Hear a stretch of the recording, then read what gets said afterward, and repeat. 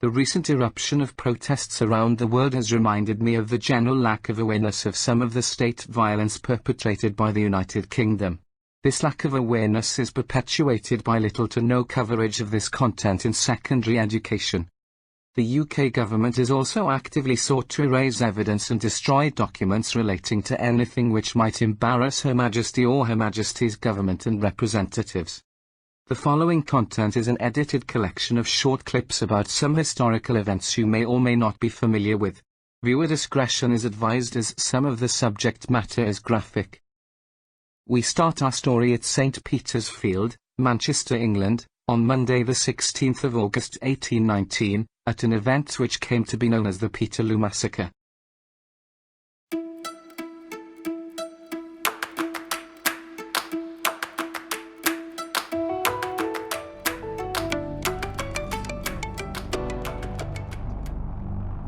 The yeomanry drew their swords and advanced towards the stage. I heard one of them shout, "Damn you, I'll reform you!" The cavalry began slashing their sabres, cutting and slaying all before them. On a sunny day in August 1819, 60,000 men, women and children converged on an open space in Manchester known as St. Peter's Fields. Many of those who arrived there were workers from the cotton industry, and they carried with them homemade flags which showed their support for political reform and an extension of the franchise. The headline attraction that day was the stirring voice of Henry Orator Hunt. Hunt was known as the champion of the people because of his leading role in the campaign for universal suffrage. He demanded the right to vote for all men and all women.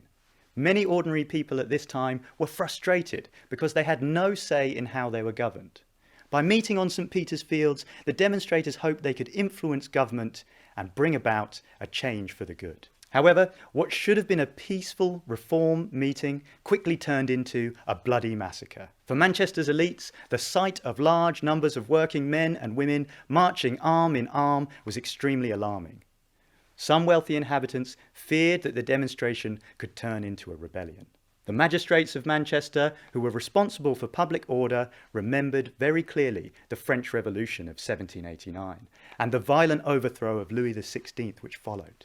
They did not wish to see a repeat of this in Britain, nor did they want to see a reform of Parliament. Manchester's magistrates were, in fact, staunch supporters of Lord Liverpool's Tory government. They were strongly opposed to granting voting rights to the uneducated masses, and they firmly believed that democracy was dangerous.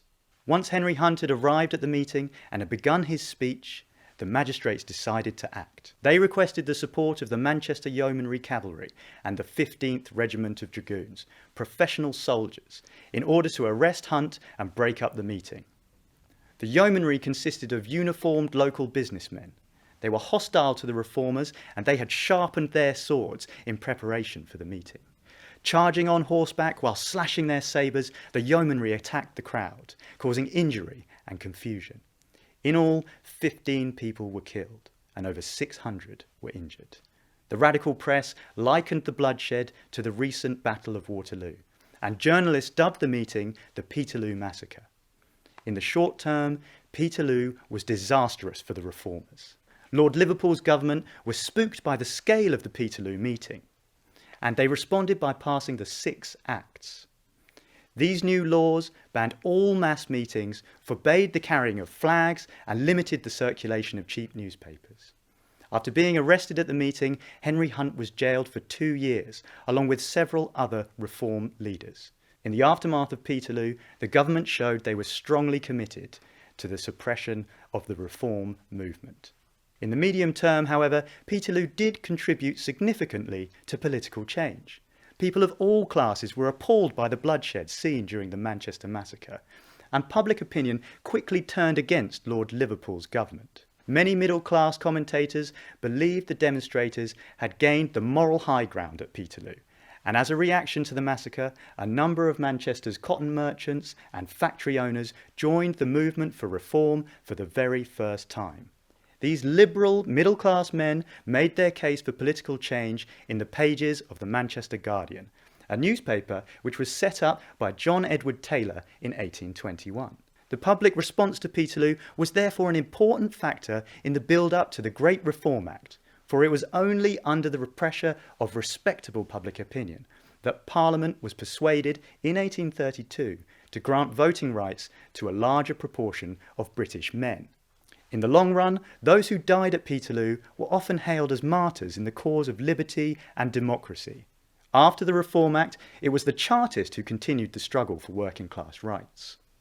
They looked back to Peterloo as an early battlefield in their ongoing campaign. In Lancashire, Chartist activists met every year on the 16th of August to read the names of the dead and to recall the sacrifices made at Peterloo. In the late 19th and early 20th century, socialists and independent Labour Party leaders also referred back to 1819, claiming Peterloo as the birthplace of the modern Labour movement. Even today, Labour politicians, left-wing journalists and political activists recognise the bravery of the Lancashire cotton spinners, who risked their lives and liberty in order to stand up for free speech and democracy. Our next clip relates to the Irish potato famine, a period of mass starvation and disease in Ireland from 1845 to 1849. You've probably heard about it and how the potato blight caused great suffering.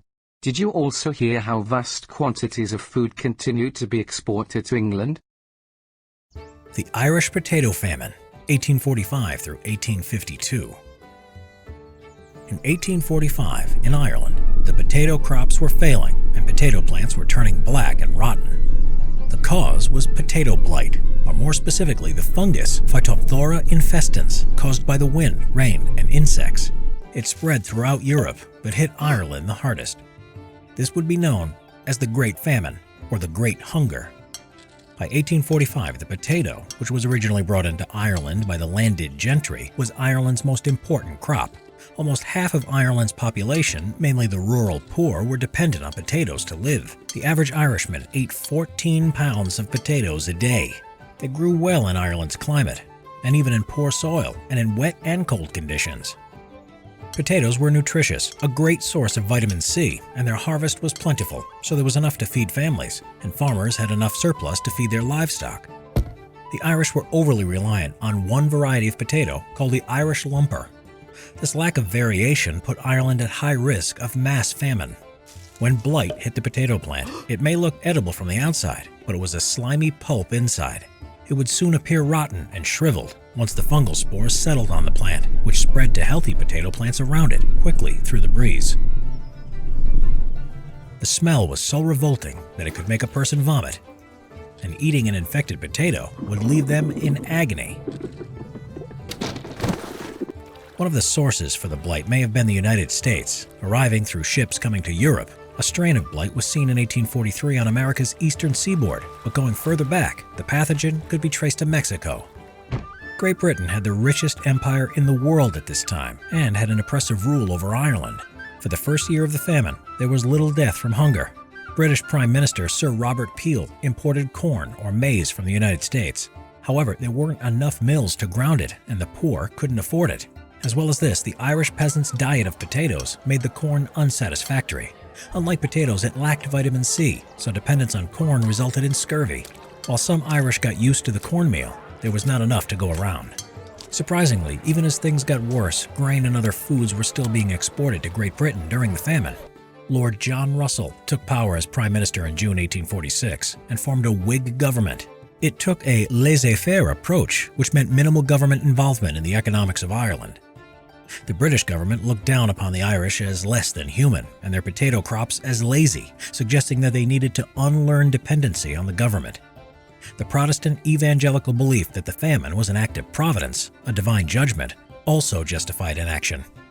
Charles Trevelyan, a civil servant with direct responsibility for the government's handling of the famine, was a big supporter of this idea. The British government opened soup kitchens in 1847, which fed over 3 million starving Irish peasants, but they closed them down after 6 months.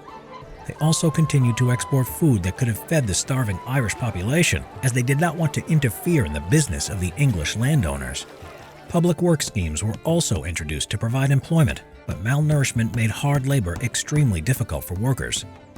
Most of the Irish were Catholics, and half did not own the land they worked on, Instead, they were renting and working on tiny plots of land for English landowners, many who were absentee landlords who lived in Britain, not Ireland. Because of the famine, Irish peasants fell behind on their rents and were evicted. Their houses were often demolished to prevent them coming back. Many went to the overcrowded workhouses, where disease like typhoid was rampant.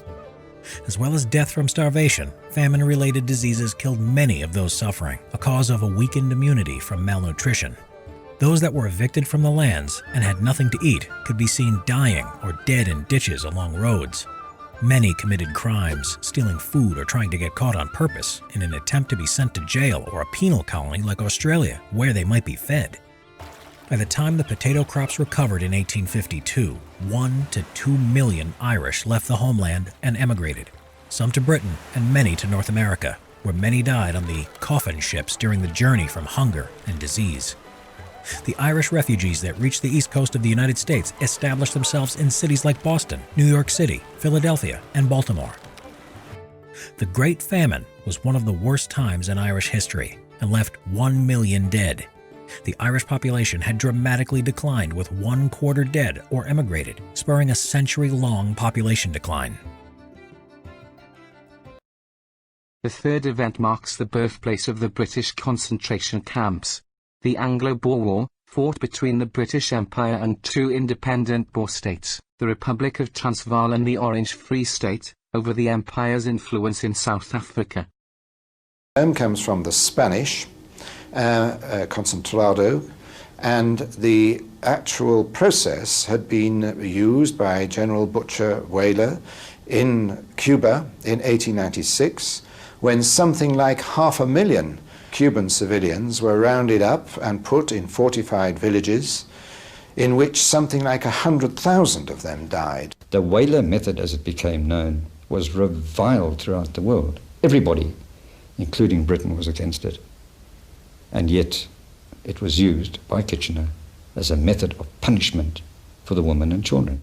The effect of the concentration camps and the illness and the starvation in them certainly led to an awful lot of Boer women and children losing their lives. But I don't think this was genocide in the way we discuss it at the moment. But it was certainly callous disregard for life, contempt, if you like, for the sanctity of life of people, even if they were opponents. And there's nothing praiseworthy about the way the British Army conducted the Boer War. What happened and what it turned out to be was a human tragedy of immense and catastrophic proportions. And it is a story that needs to be told properly and well. It has been lost in a mountain of disinformation and propaganda, misinformation and lies. I think the time has come now to shake it out, open it up, and spread it to everybody who should know. For the Boer people, the loss of, I will estimate 32,000, but the official figure is 27,927, I believe, was a significant percentage for the Boer people. For the African people, probably about 25,000, but at least 20,000. Is less of a loss percentage-wise, but a great tragedy nevertheless. Was there a Boer Holocaust? It was genocide. Very, very clear genocide. It started off as a war against the Boers, the republics, and then for military reasons they started the concentration camps, but that then spilled over. And then they used the Cuban methods. Then in fact the war turned into genocide. Genocide. The deliberate and systematic destruction of a group of people because of their ethnicity, nationality, religion, or race. Following the defeat of the conventional Boer forces, Horatio Kitchener, 1st Earl Kitchener, succeeded Roberts as overall commander in November 1900.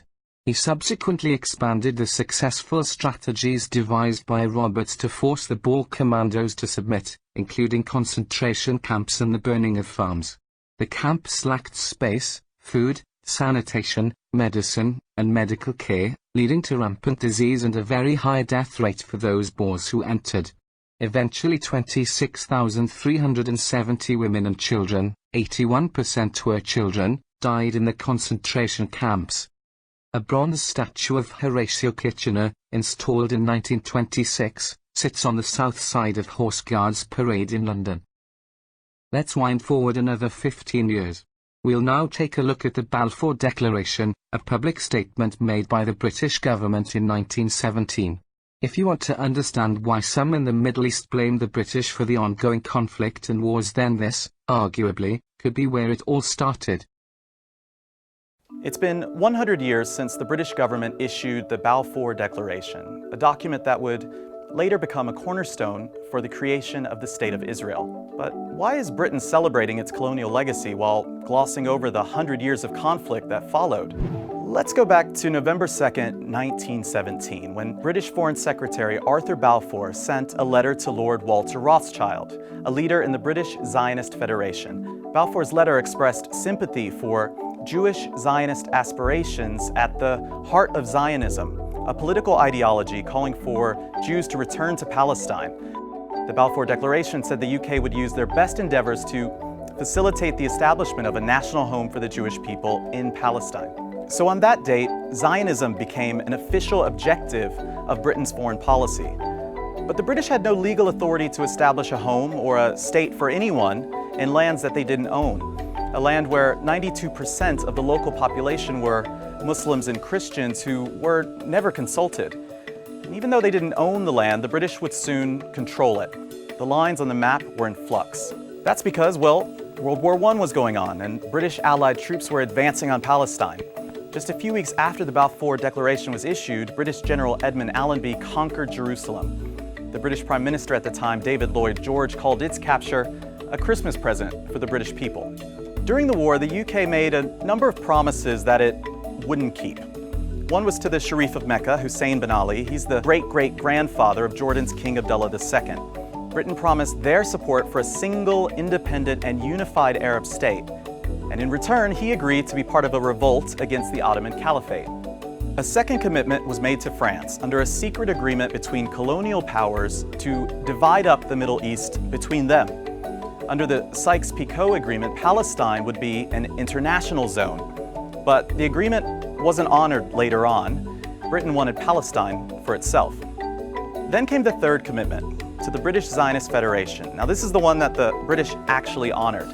Its ambiguous language created problems, but it was a deliberate choice to use the word home rather than state in the declaration.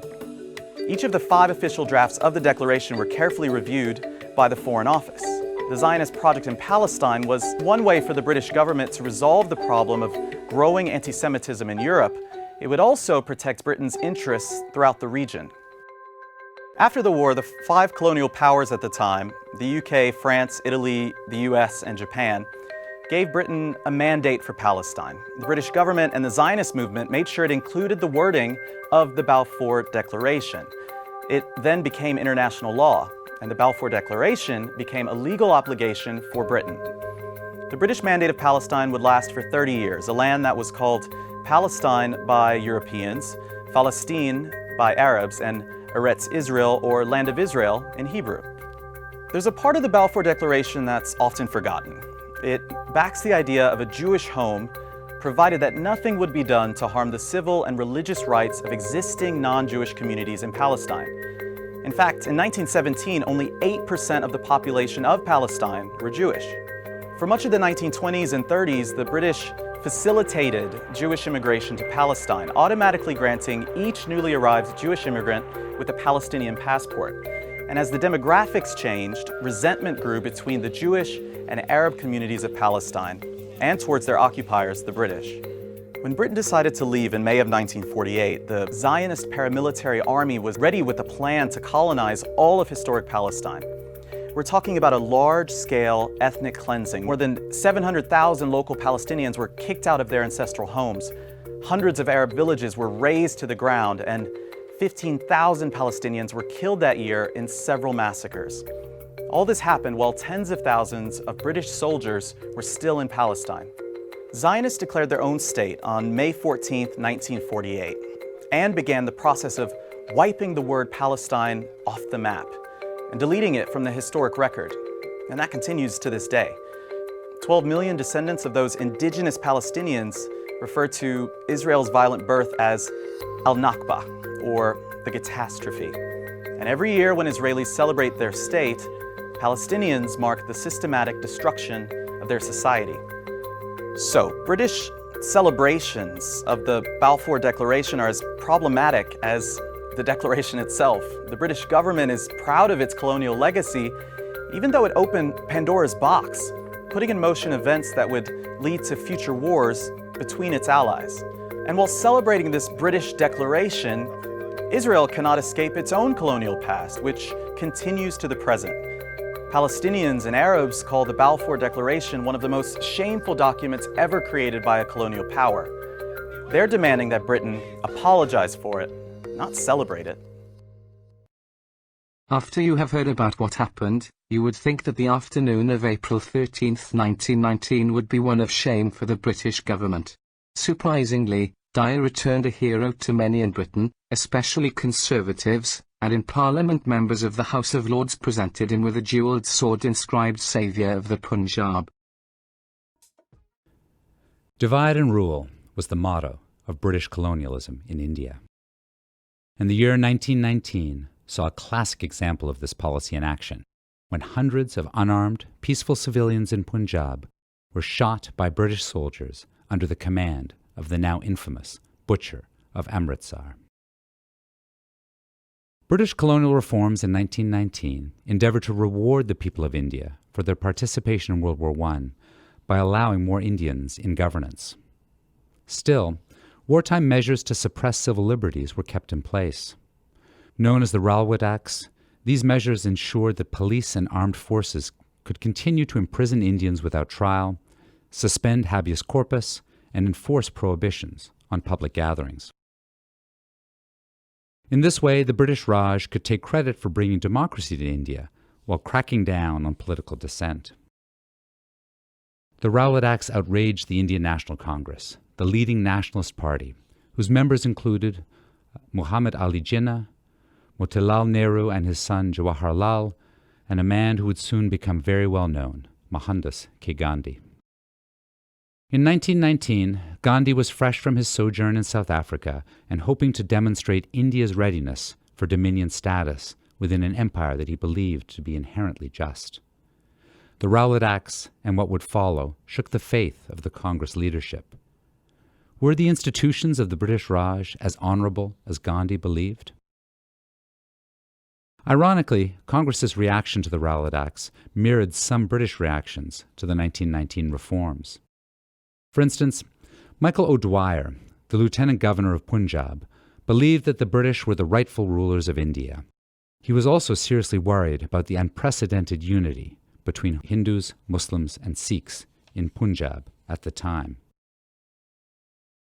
As a result, he enforced the Rowlatt Acts more stringently in Punjab than in any other province.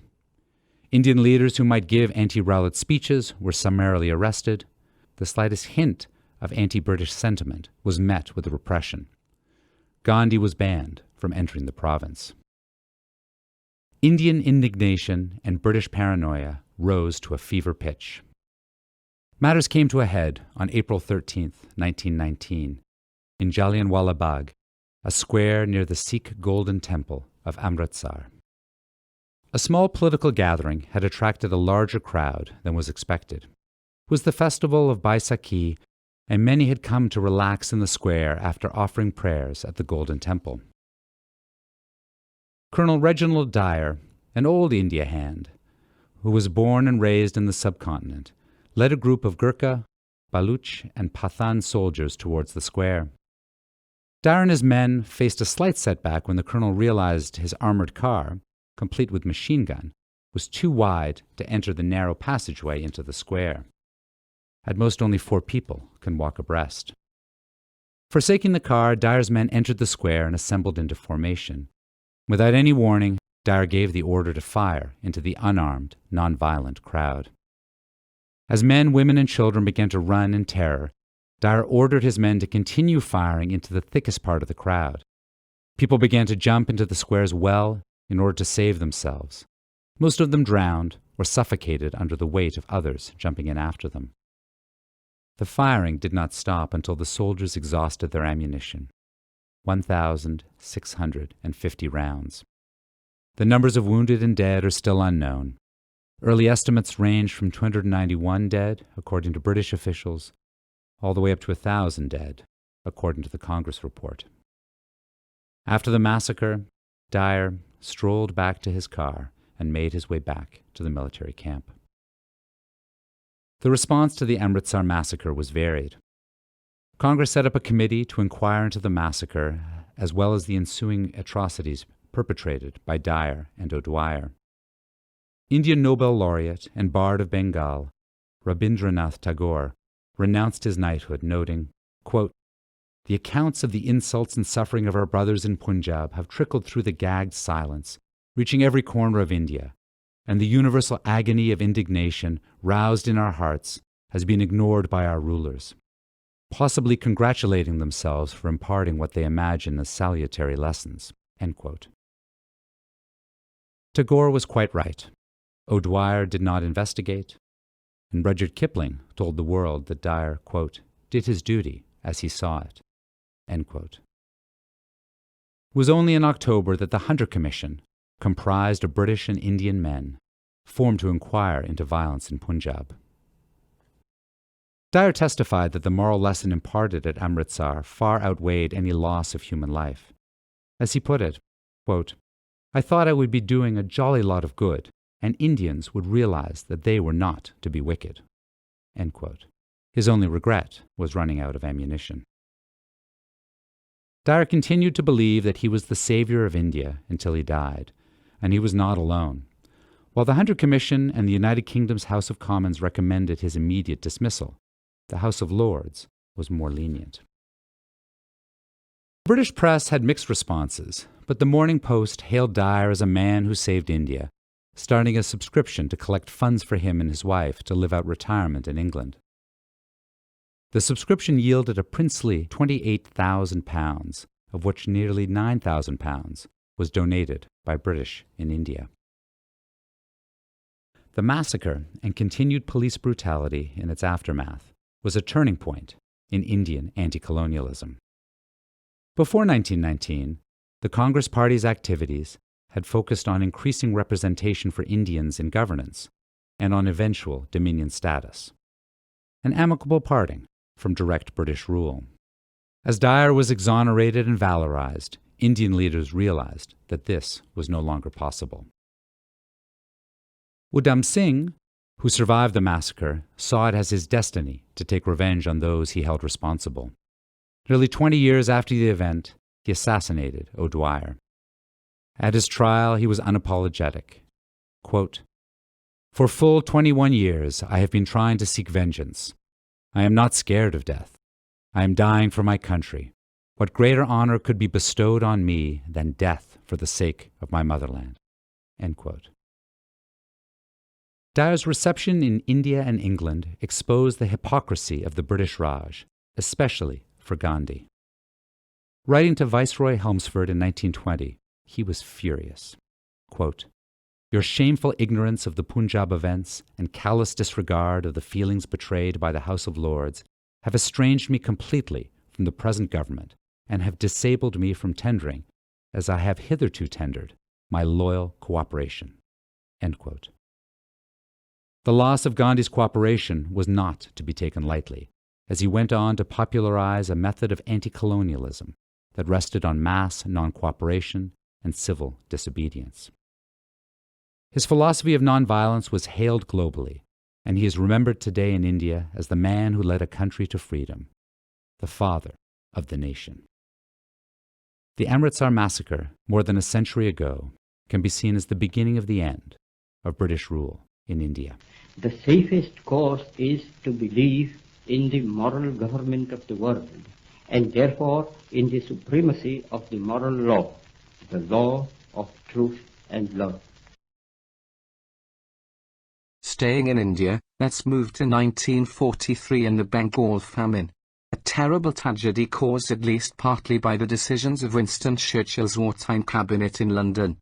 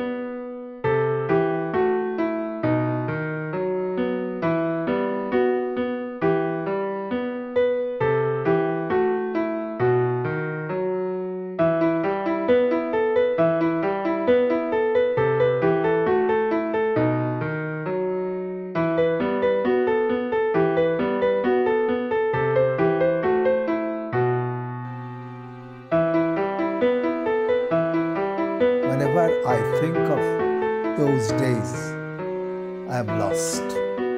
It's one of the greatest human tragedies of world history. It was not a natural disaster, I tell you. It was a man-made disaster. There were no foodstuff available in the rural areas.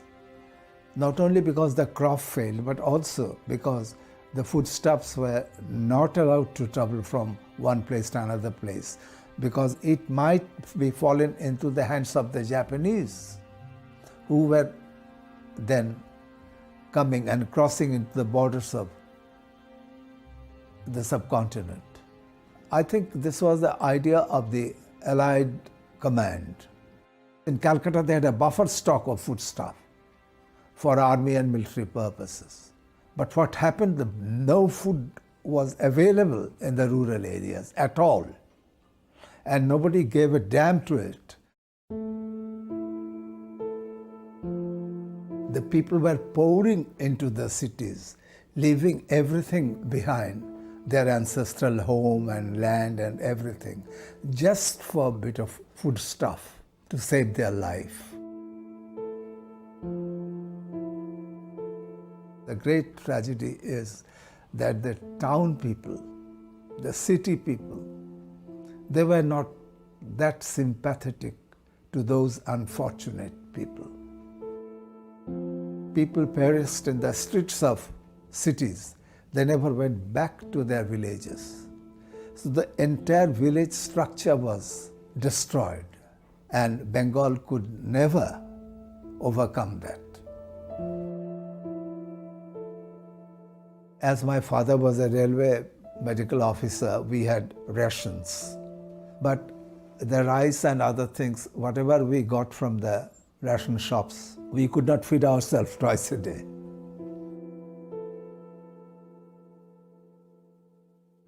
We tried to help one family, a husband, wife, and 2 children. And every evening they used to come to our door. And my mother used to save a little bit of rice and dal for them. And I still remember the day when they came to take leave from us, that they were going back to the village. And my mother was the happiest person in the world, that she has been able to save at least one family. I have seen full families, all skeletons, walking through the streets of Dhaka, begging for a little bit of rice or rice waste.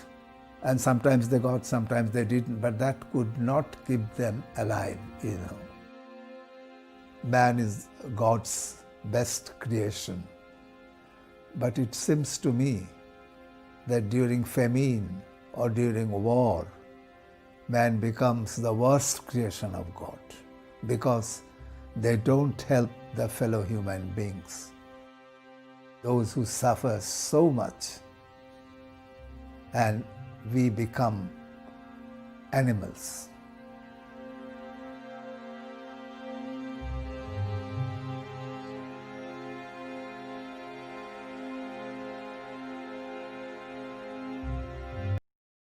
Our next story covers a different kind of betrayal. For context, we'll first take a look at some of Poland's contribution to the United Kingdom during the Second World War. Had it not been for the magnificent material contributed by the Polish squadrons and their unsurpassed gallantry, wrote Air Chief Marshal Sir Hugh Dowding, head of RAF Fighter Command, I hesitate to say that the outcome of the Battle of Britain would have been the same. A glowing recommendation and clear recognition of the essential nature of the Polish fighter pilots in the success of the Battle of Britain. Are all the planes that you've flown in? Yeah, and that's not all. He's 96 now, but in his time, Polish airman Marek Jankiewicz was an elite RAF fighter pilot who fought in the final year of the Second World War. You are robbing someone of one's life, and it might be your enemy, but nevertheless, a guy like this who has a wife, children, so it was difficult. Despite fighting with vim and vigour for Britain, when the war ended, he felt forsaken. Cold War politics meant he and his compatriots were excluded from the victory parade which followed. How many friends of mine died in the Air Force or with the Air Force? I felt betrayed. You can imagine victory parade and you are not allowed to attend. Can you imagine our feeling? Terrible. Yet the Polish prowess in the cockpits made an enormous difference to the Allies, especially during the Battle of Britain. If we lost, Hitler would invade. At the heart of this fight was a team of Polish fighter pilots who outperformed all other RAF squadrons, downing more enemy aircraft, yet suffering fewer casualties. Incredible. So, why were they excluded from the victory parades? This is where the story turns darker for the United Kingdom and in particular, Winston Churchill. Between Laurel and Cherbourg in Normandy, the Allied lightning strikes. By the summer of '44, the war had started to turn. The D-Day invasion of Normandy brought US and British forces onto the continent. Stalin's Red Army, now allied with the US and Britain, was defeating the Germans in battle after battle, marching west towards Warsaw. To the thousands in the underground, waiting for 5 years to strike, the time seemed right. The premier of the Polish government in exile, Stanisław Mikołajczyk, traveled to Washington to gain President Roosevelt's support for an uprising. The president created the climate where the Poles and the Polish underground felt that they had the full support of America and of the British. But it was also necessary to gain the support of the Soviet Union, Poland's neighbor and a longtime adversary. Roosevelt urged the premier to fly to Moscow to work it out with Stalin. Stalin is a good friend of mine. He'll be quite reasonable. And everything will be fine. Roosevelt actually said to the Polish Prime Minister, your country will emerge from this war undiminished. If Roosevelt told the head of the Polish government in exile that he needn't worry about the Russians, he was being disingenuous. Unbeknownst to Poland, Roosevelt and Churchill had made a deal with Stalin. At the Tehran conference the year before, the Big Three met for the first time. Eager to placate Stalin and keep him in the war, Roosevelt had agreed that more than a third of Poland's territory would go to the Soviet Union. And that's the occasion when he tells Stalin, in effect, I know you're going to be in control in Poland and Eastern Europe after the war, and I will not disturb your sphere of influence there. So that bargain is struck. In Warsaw, where they knew nothing of such a bargain, the underground prepared to fight. The Polish premier had no firm commitment for help from Stalin, but Moscow radio broadcasts urged Warsaw citizens to rise up. The Russian army was exactly at the gate of Warsaw. We felt, as soldiers in the underground movement, that this was the time to strike. The Allied victory in Normandy fueled their hopes. And we believed so much in the West. And we thought, now they are with us, we are going to win, the Allies are going to win this war.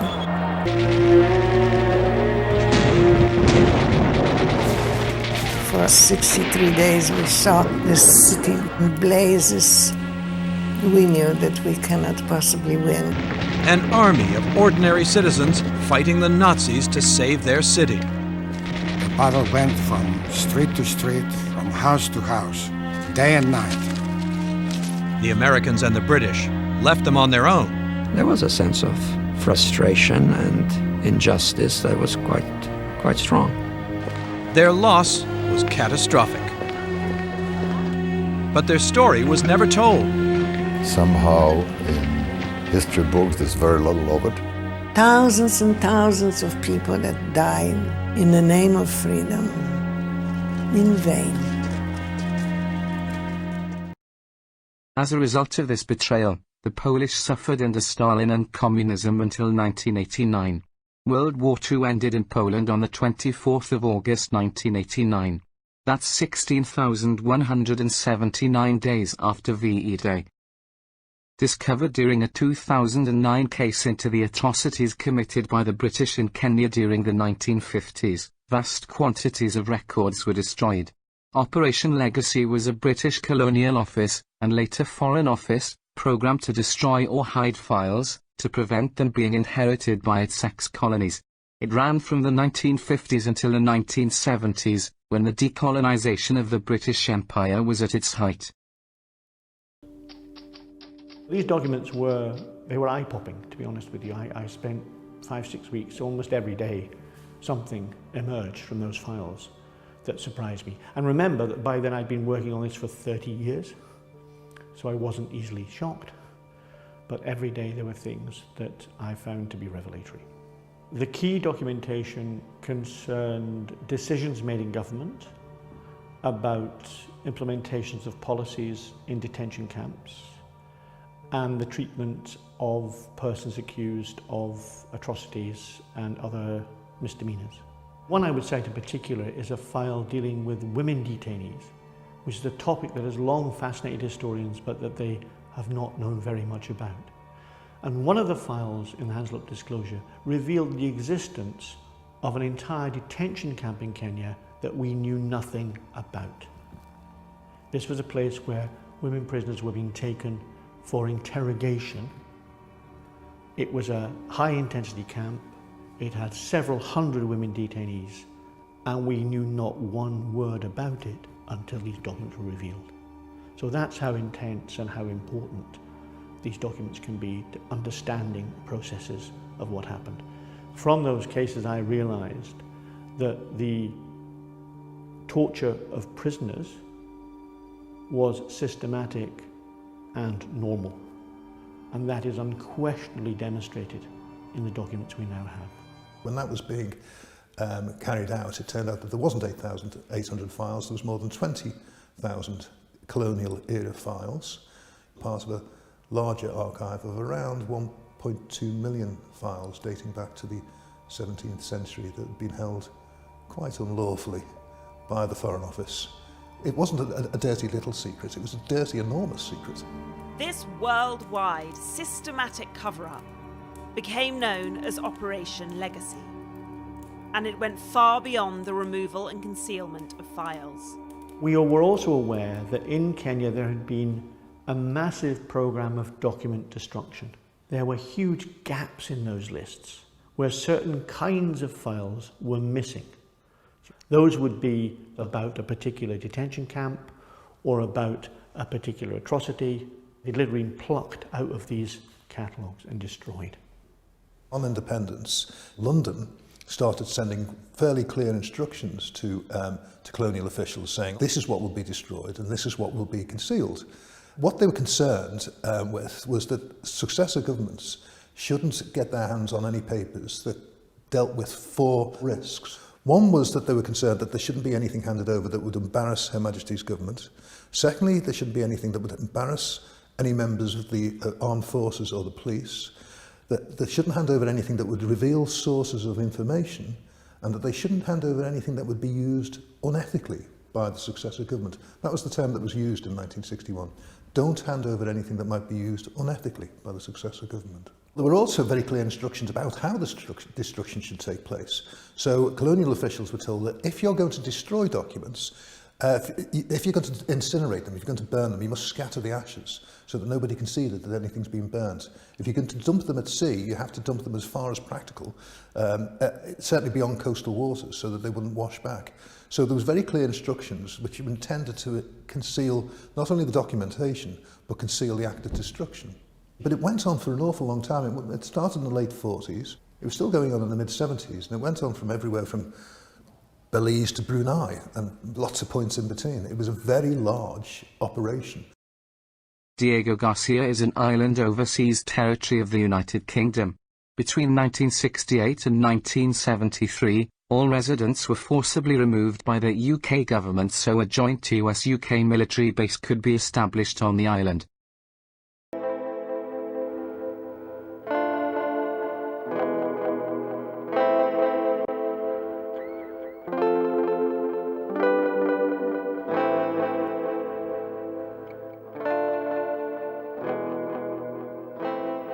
Nobody seems to know that Diego Garcia used to have a very considerable population that was all entirely bundled up and shipped out in order to, as the U.S. Navy put it, sanitize the place. The U.S. wanted a base in the Indian Ocean at all cost because of the Cold War. Diego Garcia has a most wonderful, lagoon that would really be the ideal place for a base. So we were at the wrong place, at the wrong place at that time, because that place was the best place for the most sophisticated US and UK base outside of the US and the UK.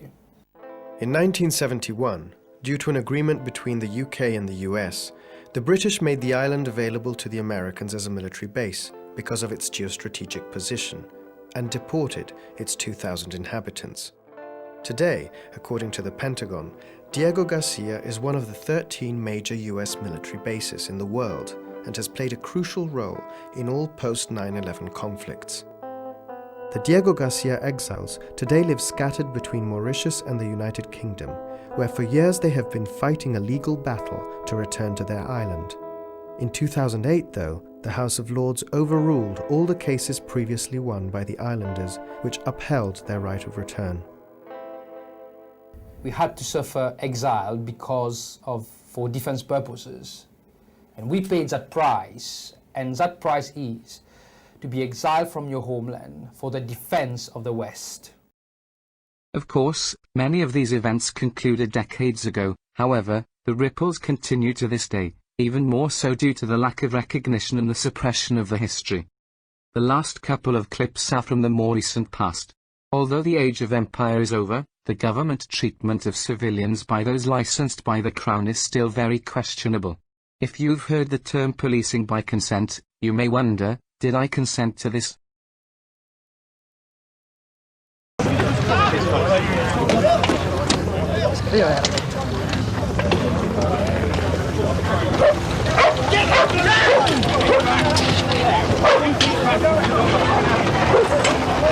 you still there, boy?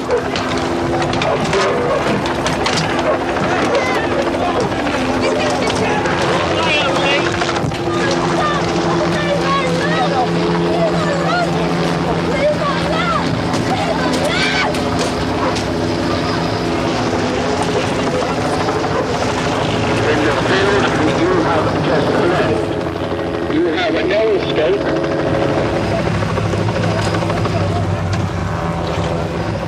They just started attacking the bus, and they were hitting the window, the driver's window, with an iron spike about 4 foot long or so, half an inch wide.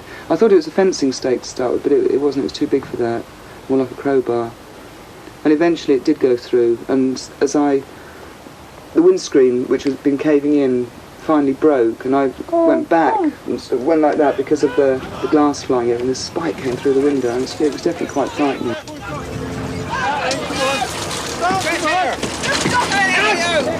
Out! All right! Stop! We have babies in here, very small babies! Just wait! All right. Let the ladies come out. Can I just talk for just a minute? I've got 3 babies in here. Bring the ladies and children forward, please. Officer, stop her. Take him down. I didn't do anything, mate. They smashed me windows. They hit me on the head with truncheons. They hit me when I was on the floor.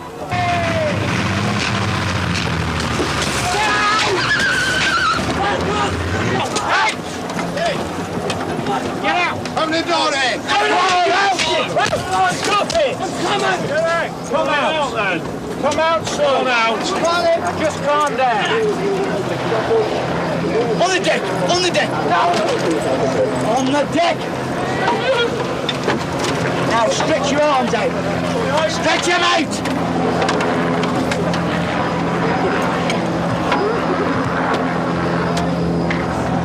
Take her away! No! Don't know. Just as they'd got me onto the brow of the hill there, because that's where they was taking this particular lot that was left. These bobbies stopped me and forcibly spun me round and made me look. They said, "See that?" And I looked at my home, and there was smoke coming out this out the side doors, and they'd gone and set my home on fire. And stopped me and turned me round and made me look at my home. The flames coming and the smoke coming out the sides. What we, the ITN camera crew and myself as a reporter have seen in the last 30 minutes here on this field has been some of the most brutal police treatment of people that I've witnessed in my entire career as a journalist. There must be an inquiry. I don't know what the results will be of it, but at this stage, the number of people who've been hit by policemen, who've been clubbed whilst holding babies in their arms and in coaches around this field is still to be counted. What the end result will be, we don't know, but there must surely be an inquiry after what's happened here today.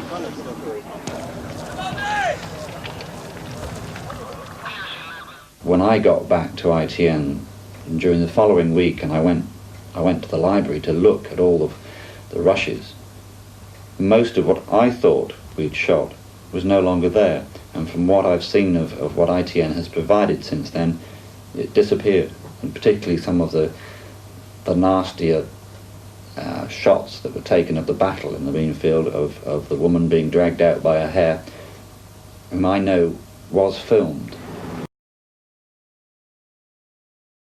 The rioting began when police tried to clear Whitehall after demonstrators refused to move from the entrance to Downing Street. The fighting rapidly escalated.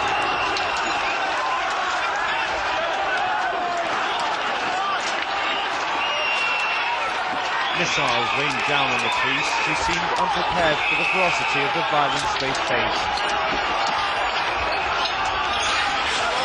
Officers made repeated charges as their lines came under attack.